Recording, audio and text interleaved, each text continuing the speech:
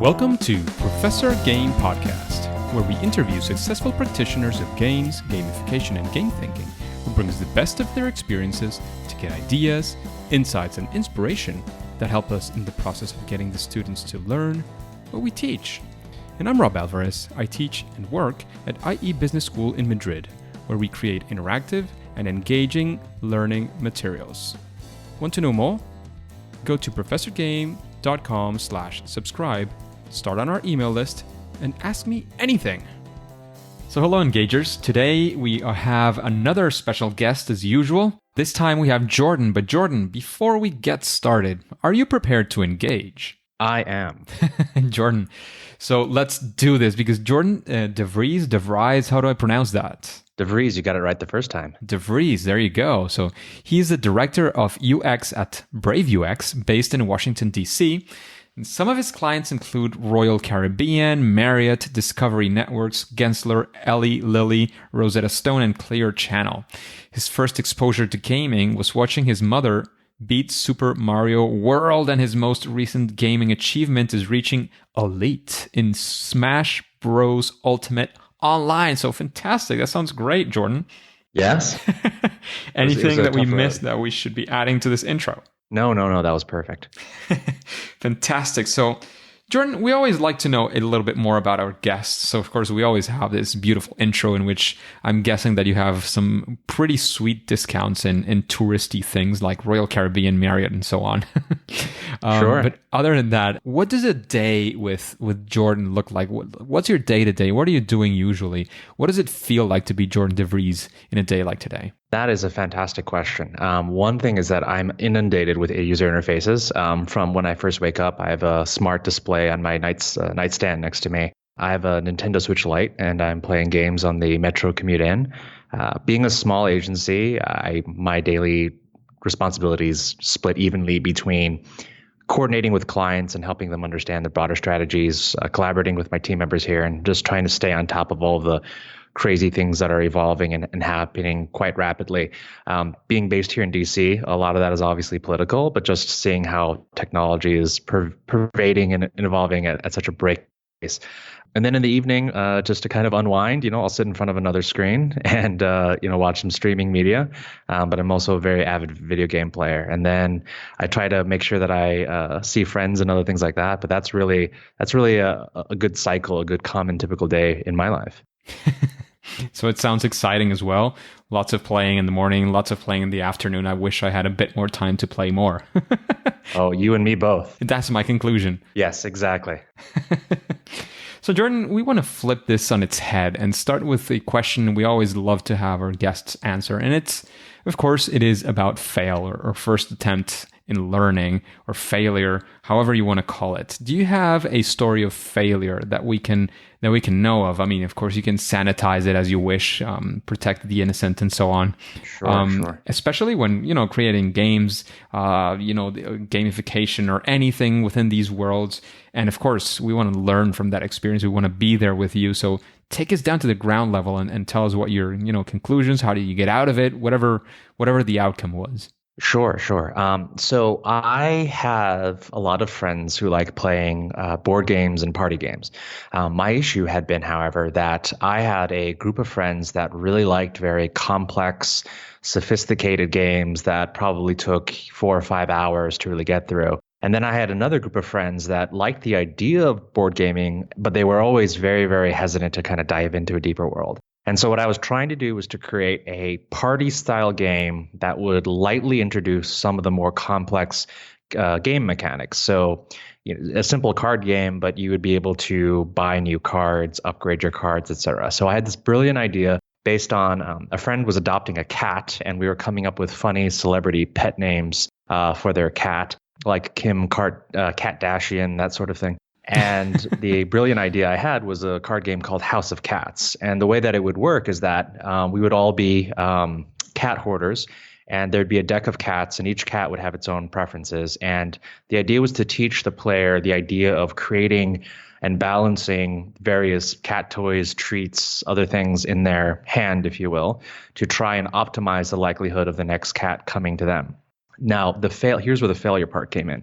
While it was very funny and we came up with some great names and I had printed it out on cardstock and it was a great little prototype, I had made some incorrect assumptions about rational behavior. And what I found was that rather than trying to play for the most logical move, and admittedly I was the game designer, so I had a very, particular view or perspective of what the logic should be in the game world.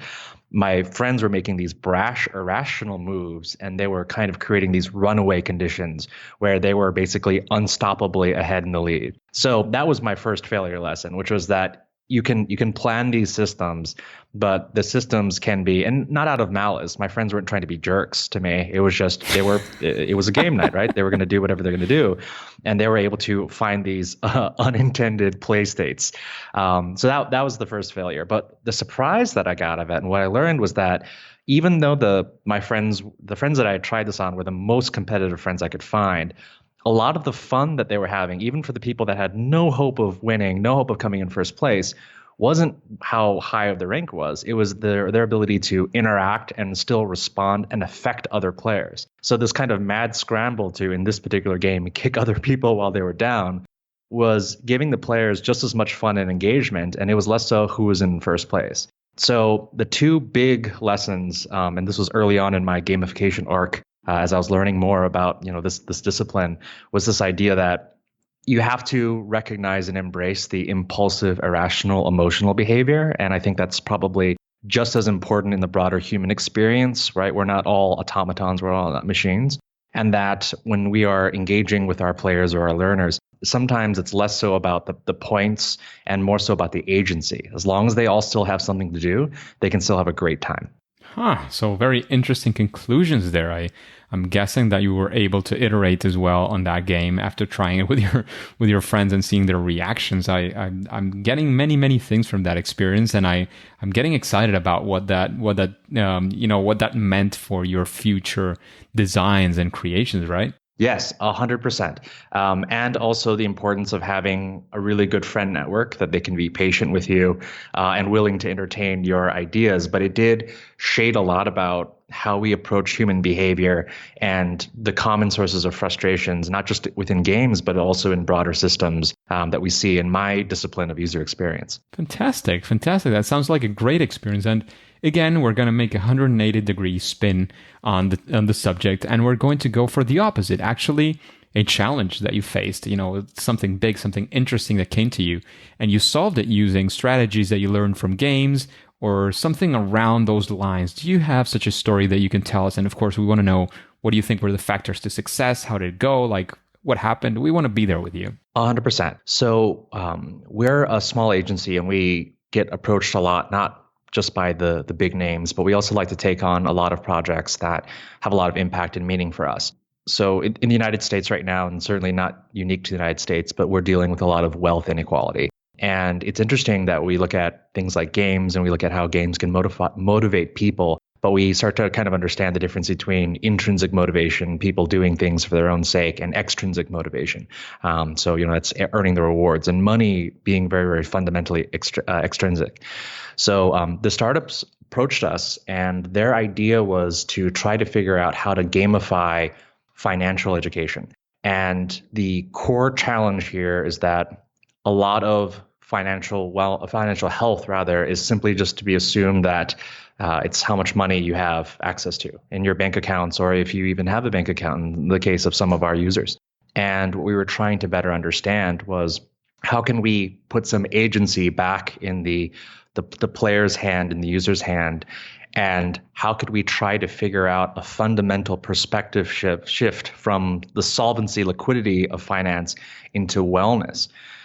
So that even if you were, early on in your journey into finances, you could have a healthier relationship with that, and how we could best figure out how to create game thinking and kind of reclaim some of the negative aspects of how the American economic system can feel sometimes, in terms of, things not certainly not being fair, but also not just being fair, but very, very unclear. So kind of a lack of transparency that has kind of engendered a lot of skepticism.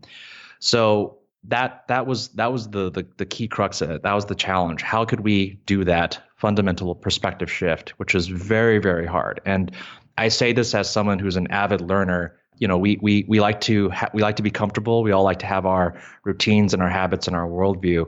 And even for people who want to have their worldview shaken, it can be really, really challenging to get that to stick. And so we decided to try and explore gamification.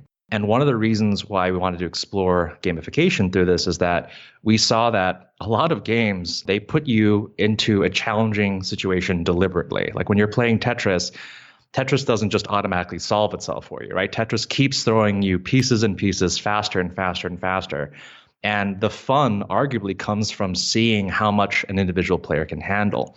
So we were trying to understand how this challenge, this true challenge, and maybe a safer way for users to embrace that challenge, try and make decisions or try and respond within this app, make their mistakes, even be transparent and show them how the same mistakes they've made, their peers also made the same mistake. So they feel a little bit less isolated and they feel a little less behind as they are kind of growing in this broader arc, and then marry that with a quantifiable, measurable sense of progress, which was incredibly key. So yes, we can use badges. Yes, we can use points. Yes, we can use tiers, but they're done in this really, really fun loop where when you are trying to take control of your financial situation, you often can't necessarily go out and do something every day besides going to work or looking for employment. You're not making a new bank account every day, for example. So what could we do to make sure that our users stayed engaged? Well, figuring out the gamification aspect was really tightly wound with the educational aspect. So everything from simple quizzes to like models and simulations to predictions, and then figuring out how we could do some tried and true gamification techniques like our tiers and points and things like that to get users from one point to the next. And in so doing, we were able to help users, whether they were financially well off or they were financially struggling, take control back over their outlook, their perspective, and better equip themselves mentally to face the challenge. And we built these good habits. This sense of it's almost like a workout where they could learn a little bit more about investment, they could learn a little bit more about retirement, and they can do so in this collaborative way where they could challenge their partners, they could challenge their family members, they could challenge their friends, but do so in a respectful way. And so this all would not have been possible without game thinking, without setting up goals, without putting challenges in front of our users, without giving them a pathway of journey through this, without giving the users opportunities to decide which paths to take. Because otherwise, frankly, it's just an application that makes you feel bad and would lecture you otherwise. And so that was kind of the big success, the big win there. We've rolled this out as a test pilot program here in Washington, D.C. We've gone deliberately after a broad spectrum of users. So we have people that are freshly out of university and they're dealing with student loan debt. We have people who are very skeptical of the banking system and they are keeping cash underneath their mattresses.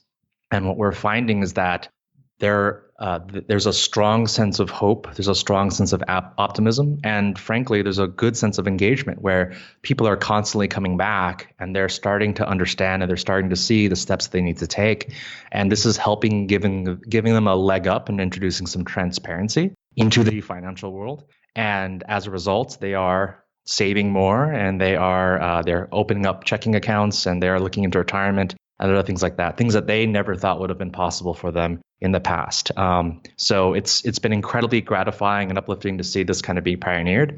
And like I said, it all boils down to finding gamification. Interesting. Very interesting because, well, for me, recently I've had experience, I guess, in the US and in many other places as well, the whole financial situation for people who are not maybe in the banking system, maybe many other circumstances who are in the banking system and getting, loans that are not good for their financial health. Like there's so many situations around finance.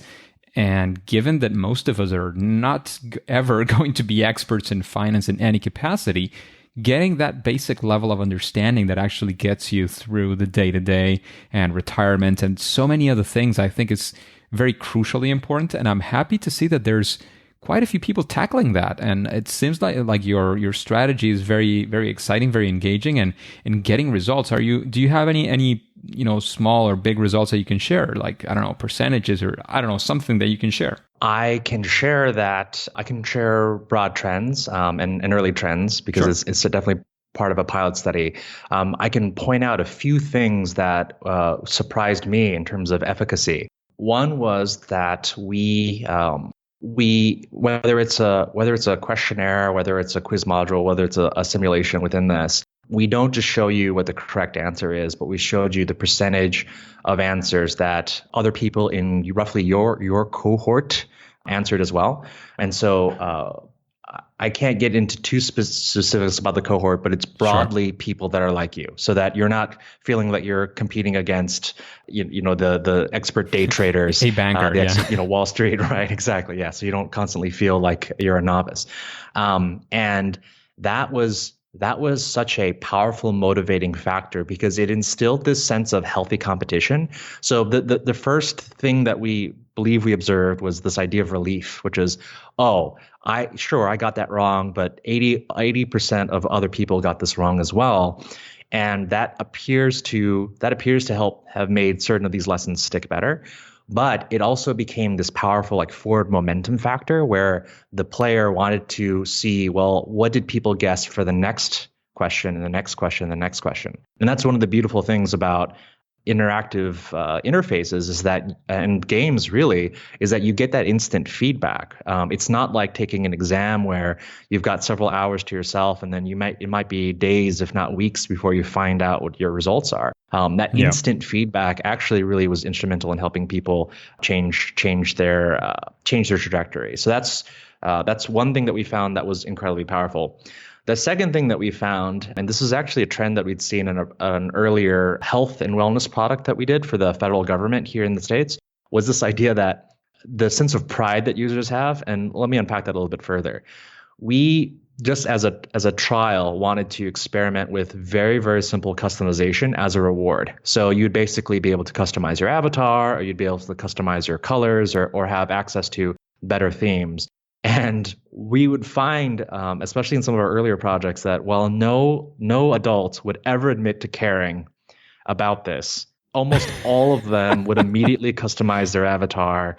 And when they unlocked new avatars, they would swap it. Yes, exactly right. Yeah. And so, we deliberately avoided the pay to win, buying better armor or whatever, what have you. That's into a lot of these games these days, those microtransactions. But there was the signaling that sense of prestige, and that was a very positive motivating factor too. And that really goes to, especially when you're doing user research and analysis, it isn't always what people are saying, and sometimes it's just simply what they're doing. It's what they're doing, exactly. Yeah. No, and I had an interview recently with Loretta Bruning. She is talking about, the brain chemicals and, how mammals behave. Like it's a sort of a different topic in a way, but it connects very well to this because one of the I can't remember because I'm not that good for those chemicals and things, but there was one of the brain chemicals that is about, not just, social interaction, but it's about social priming. Like, where are you, standing? And that's exactly the message that you're sending there. You're saying, well, I was able to reach this level into social priming. So, I don't care, quote unquote, about this, but I'm going to send it out because I want to say, I'm priming here. if that makes any sense. It does. And that actually does remind me of another brain chemical. And this might be the same one because brain chemistry is from my limited understanding, is incredibly complex.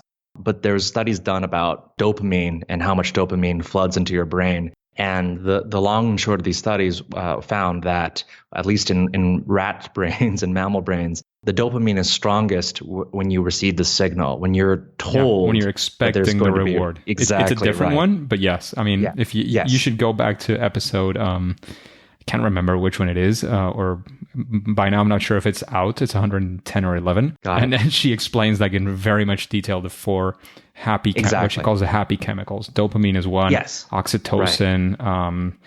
I think serotonin and endorphins. I think those are the four. I might be missing one, or one is mistaken, but something along those lines. And for me, it was super interesting because it's a topic we never dive deep into. But Jordan, we want to go deep into the next subject as well, because you seem to be doing very, very interesting things. So we would like to know if you have, when you approach these projects, like I'm guessing that this is LifeSense that you're talking about, Yes. or the card game that you were mentioning before, do you have some sort of mind process, physical process? Like, how do you approach a project when you have a problem you want to solve? How do you do it? Do you have a structure, a system, process? What does it look like? That's a great question. We definitely have a process, and it starts with a word that I can never, ever pronounce correctly. And I'm going to say it one time, and then I'm going to simply refer to it as a shorthand. But it's this word called verisimilitude. And that's a fancy way of saying, how can we find an accurate enough model or an accurate enough simulation with enough details to make an experience feel correct? So let me unpack that a little bit further. So many video games. So there's a new video game that just came out, Star Wars Jedi Fallen Order. Mechanically, the video game is incredibly similar to many other video games that have come out recently. But the key difference is that it makes you a Jedi Knight. And so it's this idea of a little bit of the role and the fantasy and the wish fulfillment. So it's the same attacks and the same jumping and the climbing and so on and so forth. But each of these is wrapped together in this simulation and this role and this concept that's very, very distinct. And so both in gamification projects and in user experience in general, it's really about finding what is the user's mental model, what is the user's mental role they can step into, and what are the most salient points that you can bring, the salient details that you can help bring them forward to help them live out this process. So a key example in LifeSense is that, yes, we could make the user go and dig up their tax forms and figure out their income and figure out how much their retirements are, or we can have them figure out and just kind of give a ballpark guess, because it's more so about the scale and how the money would shape and change over time, and less so about it being accurate down to the cent in order to teach them the overall lesson and have them complete the game. Most games, even games like, Grand Theft Auto, they don't make the player brush their teeth, right? There's a certain point where having additional accuracy doesn't enhance the experience. And so that's really the tricky thing where when users can get 6 hours. right, exactly. Make sure that you have a multivitamin and make sure that you're well hydrated. So what the core of our process and where we start is to figure out what is that minimum mental model, because we see this happening over and over where we think it's rooted back in simple physical concepts like how to reach for a doorknob before you open a door and walk into a room, where whenever you're encountering a new situation, you're basically trying to map this towards the patterns that are most familiar to you. And one of the pattern engines in your mind that you simply can't turn off for most people is the physics engine running in the back of your mind, right? How do you put one foot in front of the other? How do you sit down? How do you reach for things? So on and so forth. So we do try to next, after we try to figure out a mental framework, figure out the broad objects, the broad big concepts or metaphors. And then from there, we figure out how we can flow between which objects the users look for first, second, and third. There's a tricky nuance here in process where a lot of the things that we make, both in terms of games and in apps and all these other experiences, are all about action. It's all about the verb. It's all about what can this thing do? It's less so about the hammer that I'm holding and more so about the fact that I can fasten things. And that's important. But in practice, when users get frustrated and when users are, or even when users feel happy, is that the handholds that they're reaching for are the objects, they're the nouns. And I think if you look at, 87% or something of the world's languages put the noun before the verb. And so what we found is that when we're looking at process, if we can identify the objects, the tangible concepts first, and then use those as the anchors, I'm begging my question here by using anchor as a metaphor, but this idea of we can start there, then the verbs and all the things that a player can do or user can do, et cetera, become so much more compelling because they understand the foundation, the points they're jumping from A to B.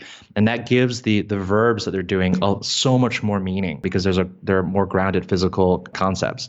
And the reason why those concepts are so important is that, especially when you're developing for a mobile phone and an app, you have a limited amount of screen real estate. And not just necessarily older users, but users of all ages. You've got this kind of mechanical dexterity that you need to deal with, the imprecision of the fingertips. And all that comes together in this perfect storm. So if you can figure out a metaphor or a mental framework that aligns with how we think our users think, and we can test, if you can find and put in front of them the right objects, sometimes those are literal objects like cards on the screen or badges or icons on the screen. Sometimes they're a little bit more intangible like groups or bundles or quests. And that can really make the UI itself a lot more self-evident in terms of buttons and drop downs and sidebars and all these other interface components that any good modern app will have. So this process allows us to make sure that we stay really empathetic, that we always are considering the user's perspective, and to make sure that when we get into a good spirited debate about the right color for a button or about how a progress bar animates, or and I'm not making a joke here. What's the right amount of congratulations confetti that should sprinkle down from the top of the screen when the user hits a right big milestone? We found that there is a limit where there's a formula for this, right? Yeah, there's got to be there's diminishing returns, both in terms of the processor, the phone's processor rendering confetti, and also people saying, okay, this is excessive. this is cheapening my achievement. That helps you make sure that you have this broader philosophical direction to kind of align on. And so everything else from there is just down to tools and how you render pixels and things like that. But those are the major beats that we go through in our process. And we're very, very always encouraged and inspired by gamification. And it's profound how similar and how much overlap there is, where as you're thinking about how somebody interacts with the system and how they hopefully have at least, and not a bad time, but ideally a fun time, there seems to be so much in common with some of these broader gamification trends that we've been observing. That sounds absolutely fantastic. So we do have a process, as you can see, Engagers. Jordan's focus is a lot in UX. So we are learning a lot of UX here as well, which is refreshing as well. And we really appreciate that. Just a quick break before we continue. Are you enjoying this podcast? If you're listening through a podcasting app, please subscribe and rate us on the app. This will be of great help to reach more engagers so we can change the world together through gamification.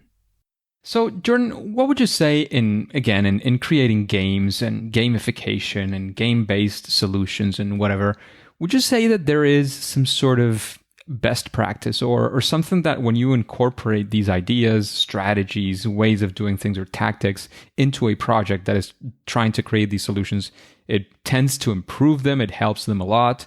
What do you think about that? That's a great question. I think one of the things that is often missing for a lot of experiences that take into account gamification is this idea of rhythm and dynamics. And what I mean by that is the back and forth, the actual feel. It's almost like a choreography or a timing of your experience. It's often missing, or it's often not well accounted for.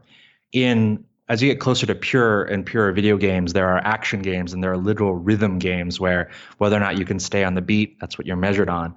Those really figure out the right feel. The first Super Mario game had this concept of sticky friction, where if you reverse direction too much, Mario would kind of skid a little bit instead of instantaneously immediately running off in the other direction. Like I said, we're all physical beings, and even the most pensive, thoughtful, patient player has a heartbeat, right? Hopefully has a healthy sleep cycle, has a circadian rhythm. This motion is so critically important. So whether it's prototyping, which has never been easier, whether it's just simply printing things out, whether it's calling up a friend and having them kind of interact with you, whether it's creating a quick, testable, clickable prototype on an online tool, just going through that and feeling that physical timing out as your game plays out over time is so, so crucial and so invaluable. Yes, the copywriting has to matter. Yes, the art has to matter. Yes, all the details and the metaphors and the mechanics have to matter. But I find that it's only when you actually see it living and you actually see it breathing that you can figure out, oh, this feels too fast. This feels too slow. This feels clunky because of how inconsistent it is. And so many of those problems could have been avoided if simply a lower resolution of the arc, the loop, the round, the hand, whatever it is you're working on, was just tested out, even verbally.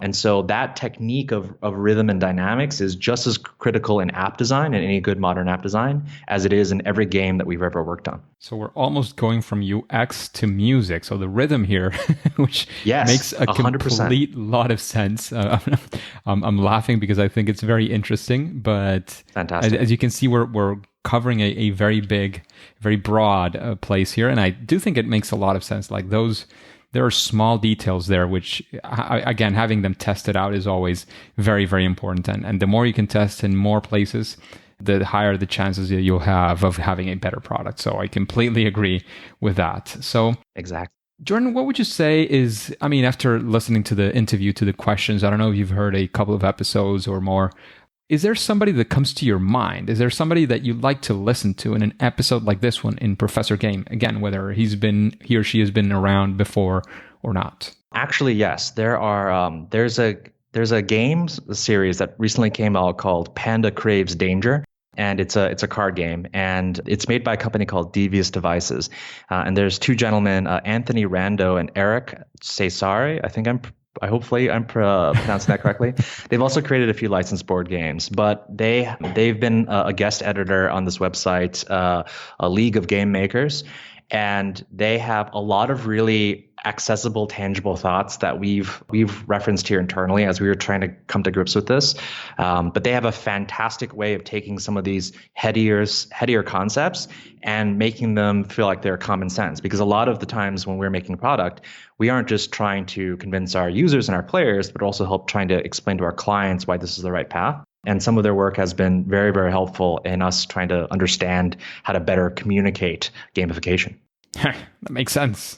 Beautiful. So those sound like very, very good possible guests for the future. And in the same sense of recommendations and things that come to your mind, if you had to recommend one book to the engagers, to this audience, what book would that be, and of course, why? The book that I've recently reread, and what I loved when it first came out, is a title called, the book is called Badass, Making Users Awesome. And it's by an author named Kathy Sierra. And what she unpacks through a very entertaining and very almost graphical style is the arc of why generally users, but it's directly applicable to players and learners, why they even do this, right? Why they even go and put themselves into these positions, and the true arc of how to get them there.